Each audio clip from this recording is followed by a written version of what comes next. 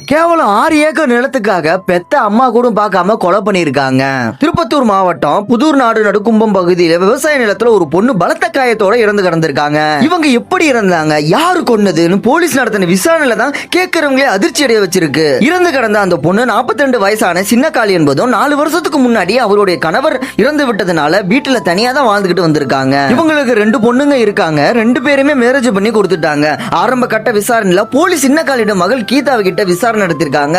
அப்ப கீதா என்னோட அம்மாவுக்கு ஊர்ல பல பேரோட கள்ள தொடர்பு இருக்கு, அதுல ஏற்பட்ட பிரச்சனைல இருந்திருக்கலாம்னு சொல்லியிருக்காங்க. பெத்த மகளே அம்மாவை பத்தி இப்படி தப்பா சொல்றாங்களேன்னு சந்தேகத்துல கீதாவையும் கீதாவோட கணவரையும் போலீஸ் தீவிரமா விசாரணை நடத்திருக்காங்க. அப்பதான் சின்னக்காளியோட பேர்ல 6 ஏக்கர் நிலம் இருந்திருக்கு, அது அவங்களோட பேர்ல எழுதி தர சொல்லி கீதாவும் கீதாவோட கணவர் சிதம்பரமும் தொடர்ந்து வற்புறுத்திக்கிட்டே வந்திருக்காங்க. சம்பவம் நடந்த அன்னைக்கு நைட்டு இது சம்பந்தமா 2 பேருக்கும் இடையில சண்டை அதிகமா வந்திருக்கு. அப்பதான் 2 பேருமே சேர்ந்து சின்னக்காளியை அடிச்சதுல அவங்க இறந்தே போயிட்டாங்க.